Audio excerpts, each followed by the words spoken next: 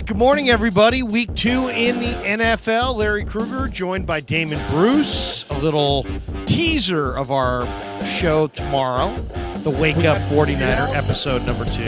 And we got it figured out. We got everything figured out. What's going on, man? How are you? It's great to see you, Larry. What a great slate of games we have for week 2. Seriously, there's a lot of games on the board that if you ask me to handicap them right now, I mean, there's a lot of games out there that got really good chance of going either way. And 49ers and Rams, I mean, I've been saying it since the dawn of time. You want to beat the Rams, you slow down Tutu Atwell. That's the way to do it. Yeah. It's amazing how quickly the names, the faces, and familiar rivalries change in this league. It just shows you the volatility of roster turnover.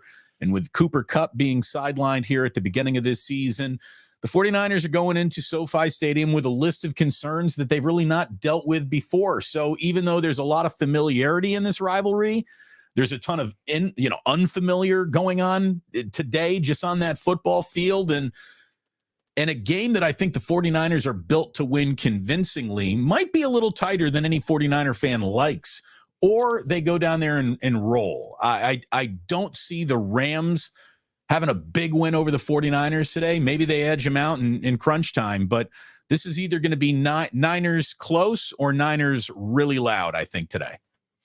I hedged a little bit because I decided to wager on it, and I decided that I didn't want to take the Niners with the spread, so I took the Niners on the teaser. So basically, I got Niners at a pick 'em. It was okay.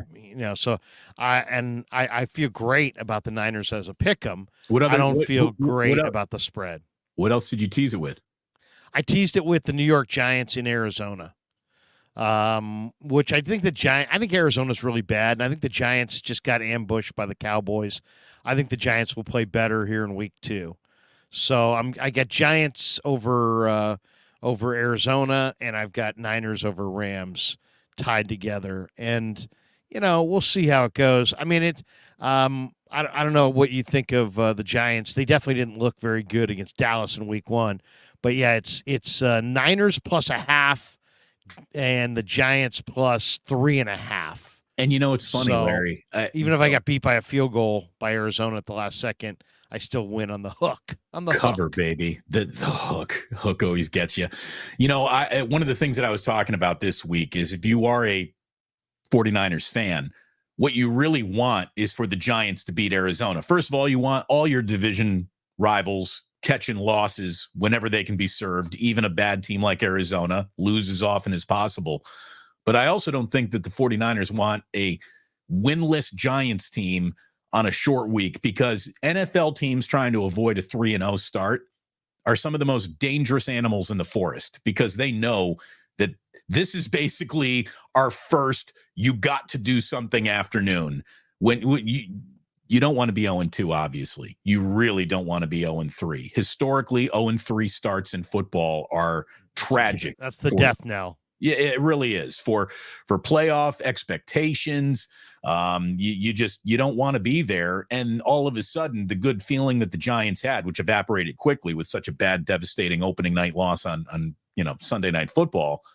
Brian Dable all of a sudden is on a hot seat 2 weeks into his second year after he was a belle of the ball last year. So you don't want the Giants coming in here as desperate as football teams get. So let them win, and then the 49ers handle their business Thursday night against the Giants. And I like you and I were talking about last week, Larry, the path to 3-0 is out there. The path to 4-0 to start this year for the 49ers is out there. So to handle business today in LA, and I like their chances to be 4-0.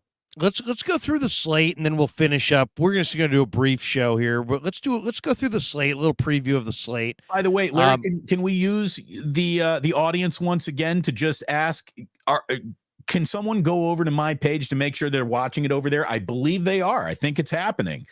Here we go. Raphael 4562 says both channels are live. Thank you, Raphael. Appreciate that. Thank you for producing today's show. Thanks to Kevin Krueger for producing today's show. Thanks to Jillian Bruce for running across the street from a dim sum breakfast with our neighbors, the Lees.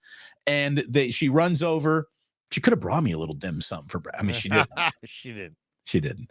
But Rich Alexander says, I'm watching on the Plus. This is exciting now, Larry. I mean, if we can seriously combine what we do. Oh, my Lord. Let's go through the morning slate here. So let's start. Okay, of course, the thing got rolling Thursday night. I had the Eagles over the Vikings, but I lost on the teaser because the game went over. The game was much more high scoring. The first half was very low scoring. It was 20 points in the first half, and in the second half, it was 42 points scored. So it went over 34-28. Eagles get the win. But the Eagles didn't look good in this game. And even though they scored 34, their offense didn't look particularly good in the first half. Hurts ran for a couple touchdowns. And the Eagles are 2-0, but it's not an impressive 2-0. But let's hit the morning slate here. Packers-Falcons, Damon. This is interesting. 2 1-0 teams. Jordan Love looked really good in that opener to start the year. I thought the Green Bay Packers were a little bit of a surprise with the way they played in that opener. They looked really good. These teams haven't played each other since 2020. They haven't played in Atlanta since 2017. What do you think? You like the Falcons today or leaning towards Green Bay? I like the Falcons at home, Larry. I think they're the best team in the NFC South. I think an awful lot of Bijan Robinson is going to be thrown at the Packers today, and he had a nice debut. He looks like he fits in this league. I think that the Falcons are going to be one of those hard at the line of scrimmage teams all year long. They're going to be hard to beat at the line of scrimmage, and I like the Falcons in this game. I also am so, just call it outrage blinded by yet another lay down and die performance by the Bears against the Packers. And finally, 2 back-to-back Hall of Fame quarterbacks are no longer involved in the mix. And Jordan Love looked fantastic. He really did. So very interesting game for sure today. To me, there are 2 really marquee games here in the early slate. And it's Raiders-Bills, only because the Bills have a serious don't want to be 0-2, have an awful lot to make up for after laying down and dying, even though the man who laid down to die was Aaron Rodgers. The Bills still lost that game, everyone. And Josh Allen did not play anywhere near the caliber he is accustomed to playing at. So I like the Bills today. I like the Bills loud. And if for some reason the Raiders really make this a game, there might be more of a team there than doubters want to give them credit for. Bad news for Jimmy Garoppolo is that Jacoby Myers, his instant favorite new target that he scored 2 touchdowns with last week in Denver, is out due to concussion protocol. So Jimmy, and we all know Jimmy doesn't like going past that second read. So Jimmy's going to be asked to see the whole field today.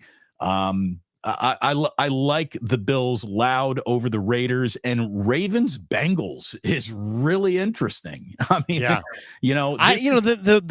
Back to the Bills Raiders for a second. Bills are 0-4 against the spread in their past 4 games on short rest, but it's so early in the year. I think their place will be raucous. I like the Bills too. I like the Bills to win. I like Green Bay to beat the Falcons on the road. As far as Ravens-Bengals, I'm not sure what to make of this one, to be honest. I mean, this one has major AFC North implications. The Bengals are trying to avoid 0-2, and they have a home field advantage here. Baltimore win gives them a strong start to end their Cincinnati's 2-year run as division champs. Jackson is 10-1-1 against the spread as a regular season underdog. That's pretty good. You don't see the Ravens underdogs that much. I kind of like the Ravens here. I like the Ravens to get it done on the road. Well, and if Joe Burrow has another rough game, all of a sudden people are going to start talking about why is Joe's season off to such a slow start? And we know that he missed a lot of time due to what? He had a heel injury, the Achilles pull that wasn't a tear, but he went down early in practice and missed a significant amount of the preseason. So and the Ravens are his nemesis, Damon. If you look at the numbers, including the playoffs, 3 of Burrow's 4 lowest total QBR games in his career or in 2022 came against the Ravens. So the Ravens defend him pretty well. What chances, Larry, would you give of the Chiefs starting 0-2? A sneaky game today for Jacksonville. With Travis Etienne and Calvin Ridley, Jacksonville might have more weapons than Kansas City has, and that's even with Travis Kelce walking back into the building today. The Chiefs are trying to become only the 5th defending Super Bowl champion to start a season 0-2. And of the previous 4, only 1 made the playoffs. I mean, and that was the Cowboys in 93, and they went on to win their 2nd Super Bowl. That was the Emmitt Smith holdout year. I like the Jags. I like the Jags. Now, I wouldn't bet it, but the Jaguars are 5-0 outright as a home underdog under Doug Peterson, and that includes the playoffs. They're a home dog here. So I kind of like the Jags. I think the Jaguars' defense is really good. If I had to go with one thing here, I think I would go with under.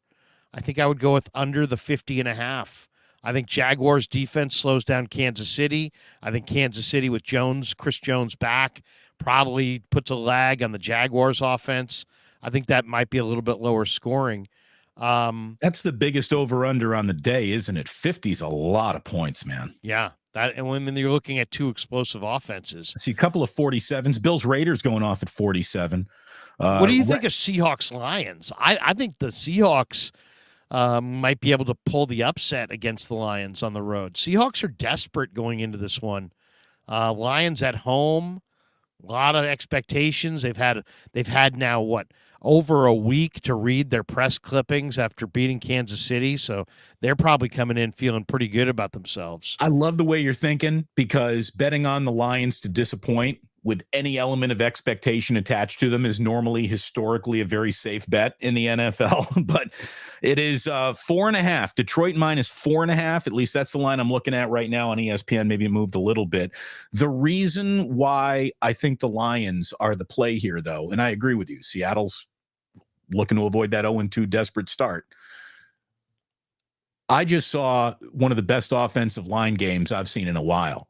And given that the Rams offensive line completely collapsed Seattle last week, I can see the same thing happening with Detroit today. Detroit has a bully up front. So that would be the reason why I think I would back the Lions today if I were playing that game. That game's got layoff written all over it in my mind, because I don't think we've seen or understand the Seahawks yet. And betting on the Lions with confidence, again, no one's wired to think or feel that way, right? So last year they played and Seattle won 48-45. Wow. Well, by the way, the over-under today is 47. So and 5 straight Seahawk games have gone under the total. So a lot of people are thinking a very close game in the low 20s, like 21-20, something like that. I don't know. Something tells me that the Lions and Seahawks are both going to be 1-1 coming out of week 2. I don't know. Maybe I'm wrong. Maybe the Lions. I know it's a big day for the Lions fans. I mean, they're so eager for the season, and they were opened at Arrowhead. Now they're at home, feeling good, 1-0, new regime. They love golf right now. Can I give you my 5-star play of the day, Larry? Yeah. What do you got? What's your platinum? What's your platinum pick? My platinum pick, Larry, and by the way, if I get this one wrong, I'm going to give you next week for free, okay? Dolphins minus 2.5. It's free money. Dolphins minus 2.5 at a not very good New England team. Sunday night game tonight. Dolphins looked like just offensive world beaters. And I know that Bill Belichick can always throw a defense out there to make you look less than, but I just think Tyreek Hill and Mike McDaniel in year 2 together are going to carve some turkey up in this league. And Dolphins minus 2.5 feels like you can just walk that to the casino cage right now. That's going to be winner. I don't know about that. I don't know about that one. Here's why. Dolphins gave up 234 rushing yards to the Chargers in week 1. And now here come the Patriots, who love to run the ball with Ramondre. I don't see I just don't see a Patriots running game being anywhere near the neighborhood of that Chargers running game. Yeah, it's true. You know, Eckler is a total stud unto himself. Like, he's on the one line of talent in this league. He really is. So Dolphins -2.5. That's it. That's one stat to know for this game. The Patriots played zone 78% of the time against the Dolphins last season. Tua ranks first in yards per attempt and is tied for third in passing touchdowns against zone coverage since last season. So maybe Pats are 0-6 against the number in their past 6 games as a dog. That's the trend. Nick says, guys, what was the name of the sleazy betting guy on KNBR back in the day? Was it Adam Wins? Yeah. Guy might be locked up. I think Adam Wins is in prison for tax evasion right now. I can neither confirm nor deny. Oh, let me look. I gotta Google that. Is it? I don't want to be connected. I don't want anybody stopping by the house with hey Krug, by the way. What do you think of the Monday night doubleheader? Browns, Steelers. Hold on, wait. Betting tout Adam Meyer sentenced to 8 years in $45 million liquor magnet scam. Okay. All right. So that's why we haven't heard him making his picks. He probably doesn't make picks from within inside the walls. What do you think of Browns Steelers Monday night? On the second of the Monday night games, I kind of like the Steelers to go to 0-2. I think the Steelers are going to have a hard time stopping Nick Chubb and the Browns. To me, the Browns look good. The Browns look good on the line of scrimmage. I really don't have anything definitive to say about either of the Monday night games. We start at 4:15 with Saints and Panthers, followed by Browns and Steelers an hour later. I'll say this, though, Larry. I'm down with 2 Monday night football games. I like that. I like 2 Monday night football games. The early Monday, the late Monday? Yeah, give me a little flip back. Give me a little East Coast, West Coast Monday night football game. I like that an awful lot. I tell you, it's only – how many years do you think before we get a Tuesday night football game? It's going to happen. Oh, I know. You know it's going to happen. It's going to happen. They're going to be playing NFL football on every single day of the week, but like Wednesdays. Except for Friday. No, they're going to leave high school alone, I think. I think they're going to let high school have Friday. That'd be my guess. You know, but they're already Monday, Thursday. Why not a Tuesday? What do you think? Okay, let's get to – we're only going to do this for a short amount of time because we're going to go watch a little football right here. But let's talk a little Niners-Rams. You know, to me, it's a big, first of all, you got Aaron Donald. And the one thing about Donald, and we were talking to Steve Wilkes about this earlier this week, they will line up Donald anywhere where they feel like he can get a one-on-one. So McKivitz could see action against Aaron Donald, who lined up over an offensive tackle on 24 of his 41 pass rushing snaps last week. And then Burford, who allowed 4 pressures in pass protection to the Steelers and had 3 penalties. He's going to share the responsibilities of blocking Aaron Donald at times as well. So what do you think? Is Aaron Donald going to wreck shop on the Niners? The Niners have done an incredible job at neutralizing Aaron Donald, but a lot of it's been Daniel Brunskill, and he's moved on.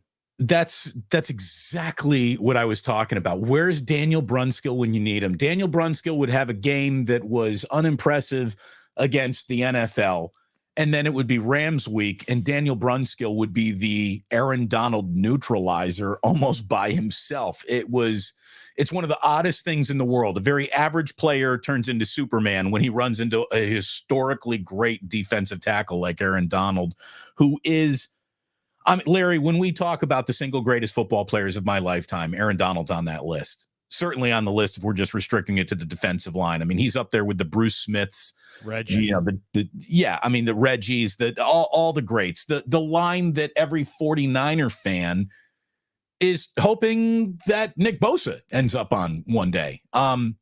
But this team does do a great job, an absolute great job slowing down Aaron Donald. And if they do that today, the afternoon only gets easier. Obviously, it's SoFi. I think this is a really interesting chess match. You got two coaches who use pre-snap motion more than any other coaches in football. Maybe Josh McDaniels officially, or Mike McDaniel, I should say, is taking those concepts to Miami now with him. But there's a lot of these. Is this true? Cam Akers is inactive? Is that true? I haven't seen that. That would be a big one. Here's the thing about week 1, Rams-Seahawks. Rams ran it for 92 yards, but they ran it on 40 carries, and they only averaged 2.3 a carry. So, yeah, they dominated the time of possession. The Seahawks lost Charles Cross and Abraham Lucas, their tackles, in the third quarter. Seahawks only had 12 total yards in the second half of the game. So the Rams, though, did give up 4.7 yards per carry. And I just think that number is the number that's going to be more relevant today. I think the Niners are going to run it a ton at the Rams. And I think they're going to take away the time of possession. And the other thing I'm really eager to see in this game is the Rams have 3 new starters on the O-line. They got the left guard, Steve Avila from TCU, who's a house. The guy's like 335 pounds. They have Coleman Shelton at center and Joe Notaboom at right guard. And, Stafford was kept clean in week 1 against Seattle. So the Niners' pass rush is obviously a lot better than Seattle's pass rush. But if the Rams' offensive line can open run lanes and keep Stafford clean, this is anybody's freaking ball game. By the way, Jimmy, to Devontae Adams, that is a touchdown Raiders in Buffalo to start the day there in Orchard Park. So obviously, any and all running games is paramount to whatever Kyle wants to do. And boy, do they have the right running back to do it with. I think Christian McCaffrey has got 146 total yards per game against NFC West opponents, the most any player has ever averaged against a division since joining a team. It's like a ridiculous number. So look for an awful lot of Christian McCaffrey today. And, Dave Lombardi brought up, I know that you talked to him this past week, as did I. He brought up a really interesting stat that in the first meeting last year between 49ers and Rams, the 49ers had like 28 pressures on 33 dropbacks or something ridiculous. I mean, it was a staggering number. And that's when probably why the Rams have 3 new starters on their offensive line, to be honest. They made an awful lot of adjustment before they met for the second time last season. It didn't change the outcome, but it did reduce the pressures a little bit. Look, Sean McVay's got to piecemeal together an awful lot of his team around young players because there are huge numbers and salaries associated with the remaining veterans. There's a lot of rookies, a lot of inexperience on that Rams team. And that's something that Kyle Shanahan has literally paid what he's paid to take advantage of. Creating confusion is what he does, creating separation. I like a big day for Brandon Ayuk. Larry, I like a big day for Deebo Samuel today. I think that's a great call. I think Deebo has scored a touchdown in 5 of the last 6 against the Rams. I'm not sure about the Ayuk thing. Listen to this, Damon. This is kind of interesting. Ayuk destroys man-to-man coverage, and he's just okay against the zone. And that trend continued last week. Against man coverage in Pittsburgh, Ayuk caught 5 balls for 75 yards and 2 touchdowns. They played man 16% of the coverage snaps. Against zone, he caught only 2 balls for 38 yards. And McCaffrey, Deebo, and Kittle all typically see their production go up against the zone. Now here come the Rams. The Rams go zone, one of the highest rates in the league. It's also a matchup where the overall play volume could be below average. So they're thinking maybe it's a bigger Deebo day. But I'll say this, more than anything, what's really interesting is that the Niners have become, and nobody would ever, we didn't talk about this at all in the offseason, and this is a fact. The Niners have become somewhat of an offensive juggernaut under Brock Purdy. They're averaging 33 a game in 7 regular season games with him at quarterback. They've scored at least 30 in all but one game. They steamrolled the Steelers last week 30-7. They had 391 yards of offense. That was the 4th most in the NFL. And now they face a Rams defense that's far inferior to Pittsburgh's. I think the Niners put up 30-35 in this game. I really do. I think it's like 30. I'm going to say 31-17, but I think it could easily be 38-17. I think the Niners put up points in the 30s and keep the Rams under 20. And I also, we're going to have the Rams operating with a silent count in their own building. In their own building. Because that is going to be a sea of red down at SoFi. I heard Vivid Seats or whoever does the guesstimation of tickets sold and zip codes purchased in and whatever, however they put together their formula. It's supposed to be a 65 to 70% 49ers crowd today at SoFi Stadium. So I like the Niners today. I've never been big on predicting a final score. I've always been a terrible gambler myself, so I stray away from giving gambling advice. But to get back to the thing that we agreed on, I think it's a big day for Debo. In his last 6 games against the Rams, 36 catches, 578 yards, and 6 total touchdowns. Yeah, domination. There are some guys who just see an opposing jersey and it brings out the absolute best in them. For whatever reason, the Rams and Debo go together like peanut butter and jelly. So, and also Pro Football Focus projects the Rams secondary to be one of the NFL's worst secondaries. So even though they had a strong first game, interestingly enough, against Geno, they dropped 7. They dropped 8. I mean, they rushed him with 3 or 4 a lot, and they made him be accurate. He looked really confused at times in the first half of that game. So, and then of course, second half they had their O-line hurt. They just couldn't do anything. I like the Niners. I hedged a little bit on the teaser, but to me it's a lock if you just take them on the pick 'em. Oh my God, it's a. And then things could go wrong all throughout the first half, probably into the late third quarter, and you could still probably cover.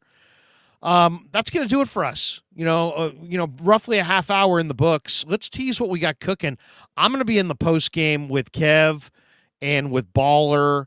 JD's going to stop by. Damon's going to stop by at the end of his post game. But you also have post game going on your channel. And we're very aggressive very aggressive. We don't wait for the game to end to begin post-game. We start going into 2-minute warning. So if everyone's looking to wrap up the game, 2-minute warning before they even hop over to Larry's, come on into the Damon Bruce post-game show happening today at the 2-minute warning. We're going to go live. I will circle back to join Larry. And then the real reason why Larry and I are here today, testing out the simulcast of this channel on both of our channels, is because on Monday morning at 8 a.m., we are coming back with what was an instant hit among 49ers fans. 49ers Wake Up, brought to you by Palmetto Superfoods, acai bowls. Who would have ever thought Larry and I would be helping getting you healthy, selling some health food? But it's a wonderful sponsor. It's a great product. It's one of those things, if you try it, you'll be sold. You'll be a fan. We are going to give you incentive to try it. We will even have a promo code for you tomorrow. We will give you 15% off your order tomorrow. And hopefully it's something that everyone wants to go out and try. But be with us 8 a.m. the day after the 49ers play. And that means, Larry, you and I are going to be having early wake-up calls twice this week. Monday morning, 8 a.m., we're going to be right at it. And then Friday morning, 8 a.m., because it's a short turnaround in a Thursday night game for the Niners against the New York Giants for their home opener. So we are going to have ourselves a big week. I'm looking forward to going through this entire season with you. We had more viewers with no promotion of our new day after 49ers wake-up show, and we had more viewers week 1 than 95.7 The Game and KNBR combined. So the people have spoken. We're thrilled to be bringing this to you. We're thrilled to be partnered with Palmetto Superfoods. I'm thrilled to be working with Larry. I'm not going to put any words in your mouth. Maybe you don't feel the same way with me, Larry, but I really do. It's good to be with you again. It's like the good old days again. Look at us doing some 49er recaps and pre-games and post-games. The only thing we're missing is sitting outside Candlestick right now. Like we should be in or Sam's Chowder House. Yeah, exactly. Yeah. Where's Tanika when you need her? Tanika, our producer for so many years. That's right. So El Camilo Dorado says acai for life. There we go. El Camilo Dorado. Thank you, El Camino. But yeah. So hey, what do you know? Our message to everybody is enjoy the hell out of week 2. Go watch all the games you can watch. Go gamble all the gambling you can gamble. Go fantasy all the fantasy you can fantasy. Have some chips. Have some dip. Throw some back. Check out Damon's post game. Check out my post game. And then tomorrow morning at 8 a.m., be there for the Krug Bruce extravaganza, the Palmetto Superfoods Wake Up 49er episode number 2. Presented by Palmetto Superfood, and tomorrow morning at 8 a.m., and we'll chop it up for a couple hours and talk Niners and look ahead to the G-Men, talk about all the stories that are going on around the league from today's games. I'm looking forward to it, and it's going to be every morning after Niner football. So put that as part of your regular routine. Every morning after 49er football. So it'll be a lot of Monday mornings. So this week it'll be a Monday morning and a Friday morning. But Damon and I at 8 a.m. on both of our YouTube channels will do a co-branded 49er wake-up show presented by Palmetto Superfoods. And it's going to be off the chain. It's going to be packed. It's going to be fun. And as the thing progresses, we're going to be bringing in some surprise guests to join us. Maybe some big name guests as the season rolls on. Maybe some Niner alums of note. But it's going to be great, and we'll be on. We've already done one episode, and it was phenomenal. I think we had over 1,000 people in the room, and lots of fun last week. And we'll do it again tomorrow morning. So join us tomorrow morning at 8 a.m. Lock it right here on the Krug Show or Damon Bruce Plus, and we'll chop it up, talking a lot of Niners and a lot of week 2. Larry, since we're in the middle of Rosh Hashanah, let me use a word here from Yiddish. You're a mensch. Thanks for all your help, your guidance, coming over to YouTube. You and I are absolutely prepared and set up to kill it over here. So we invite everyone to come kill it with us. 8 a.m. Monday morning, 8 a.m. Friday morning. It's 49ers Wake Up, brought to you by Palmetto Superfood, and we're looking forward to it. Join us on our post games and everything that Larry said. Thank you, pal. Great to see you. Have a great day. You too. Yeah, never met a man I've been scared of. Careful, you gon' get exactly what you asked for.